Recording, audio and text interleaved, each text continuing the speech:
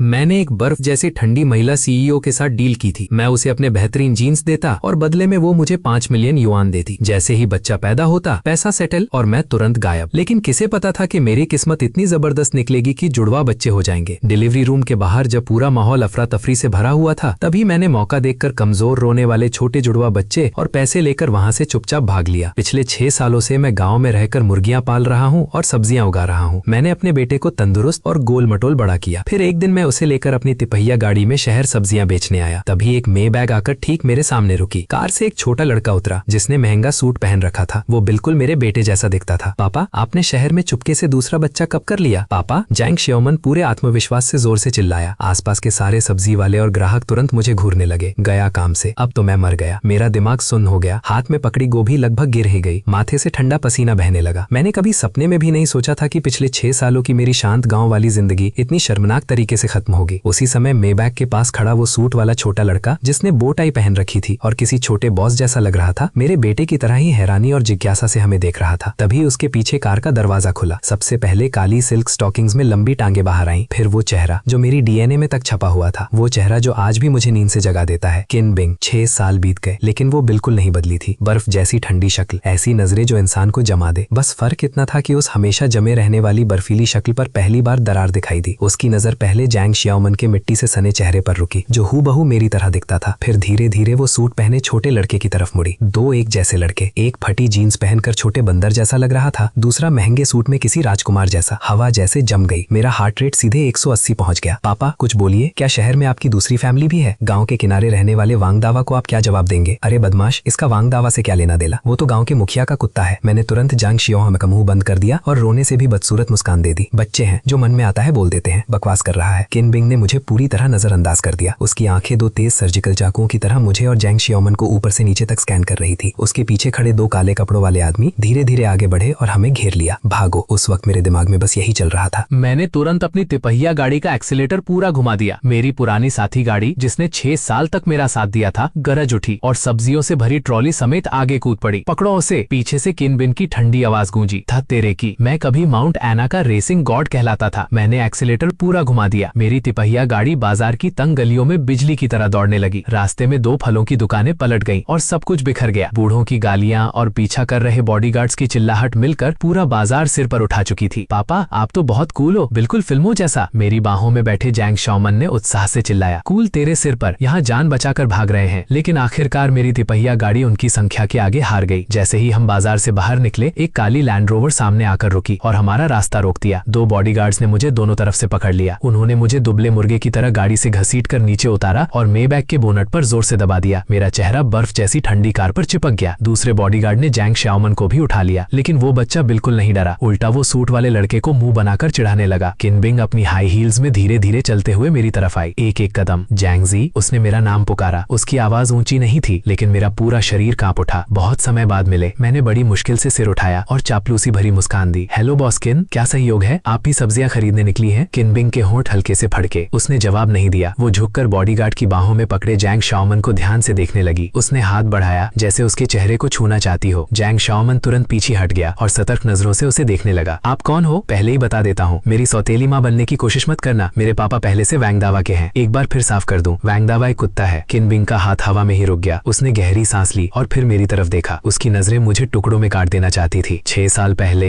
मेरे जुड़वा बच्चे हुए थे, है ना? उसकी आवाज शांत थी, लेकिन उस शांति के नीचे ज्वालामुखी उबल रहा था। मुझे अपने कंधे पर बॉडीगार्ड का दबाव और ज्यादा महसूस हुआ। मानू तो मौत, ना मानू तो भी मौत। तो मैंने तय किया, आखिर तक अनजान बनने का नाटक करूंगा। मैंने तुरंत हैरान और मासूम चेहरा बनाया। जुड़वा? बॉस किन, आप क्या कह रही हैं? मुझे कुछ समझ नहीं आ रहा। मैंने जैंग शियोमन की तरफ इशारा किया। ये मेरा भतीजा है। मेरे भाई और भाभी की कार एक्सीडेंट में मौत हो गई थी। मैंने बहुत मेहनत से इसे पाला है। आसान नहीं था। मैंने जबरदस्ती कुछ आंसू भी निकाल दिए। देखिए ना, ये कितना मेरी तरह दिखता है। कहते हैं भतीजे अपने चाचा जैसे होते हैं। लेकिन मेरी बात पूरी होने से पहले ही जैंग शियोमन बोल पड़ा। पापा, कैसी बकवास कर रहे हो? आपका भाई कब से हो गया? दादा दादी तो बहुत पहले मर चुके हैं। मैं तो वहीं बेहोश होने वाला था। क्या गद्दार बेटा है। मेरा मन कर रहा था कि जमीन फट जाए और मैं उसमें समा जाऊं। तभी किन बिंग ने एक फाइल मेरी तरफ फेंकी। ये चिनशियाओ का बर्थ सर्टिफिकेट और उस साल के अस्पताल के रिकॉर्ड हैं। वो मुझे घूर रही थी। रिकॉर्ड्स में साफ लिखा है कि इंक्यूबेटर नंबर B वाला बच्चा जन्म के 3 घंटे बाद गायब हो गया था। मेरा दिल जोर से धड़क उठा। मैं उस समय भागने की जल्दी में सबूत मिटाना भूल गया था। संयोग है, ये सब सिर्फ संयोग है। लेकिन किन बिंग ने मेरी बात सुन सुनने की भी जरूरत नहीं समझी। उसने सीधे बॉडीगार्ड्स को आदेश दिया, इन दोनों को युंडिंग मैनर ले जाओ और वकील जैंग से संपर्क करो, तुरंत डीएनए टेस्ट होगा। जी बॉस्किन। दो गार्ड्स के बीच कैदी की तरह मुझे लैंड रोवर में ठूंस दिया गया। जैंग श्याओमन को भी मेरे पीछे अंदर डाल दिया गया, लेकिन वो बच्चा बिल्कुल नहीं डरा। वो उत्सुकता से लेदर सीट थपथपाने लगा। पापा, ये आपकी तिपहिया गाड़ी से कहीं ज्यादा आरामदायक है, लेकिन आपकी गाड़ी जितनी तेज नहीं है। तेज होने का क्या फायदा, पूरे रास्ते ट्रैफिक में ही तो फंसे रहे। काफिला सीधे शहर के सबसे महंगे इलाकों में से एक युंडिंग मैनर पहुंचा। नाम सुनकर ही समझ आ रहा था कि ये जगह कितनी महंगी होगी। गाड़ी एक महल जैसी शानदार विला के सामने जाकर रुकी। मुझे और जैंग श्याओमन को अंदर ले जाया गया। लिविंग रूम इतना बड़ा था कि उसमें खेल प्रतियोगिता हो सकती थी। छत पर लगा क्रिस्टल झूमर मेरी आंखें चौंधिया रहा था। अंदर घुसते ही जैंग श्याओमन कारपेट पर लौटने लगा। किन बिंग मुख्य सोफे पर बैठी थी। उसके बगल में बैठा सूट वाला लड़का चिन श्याओ चुपचाप टैबलेट पकड़े बैठा था, लेकिन उसकी नजरें बार बार फर्श पर कुत्ते की तरह भौंकते हुए जैंग श्याओमन की तरफ जा रही थी।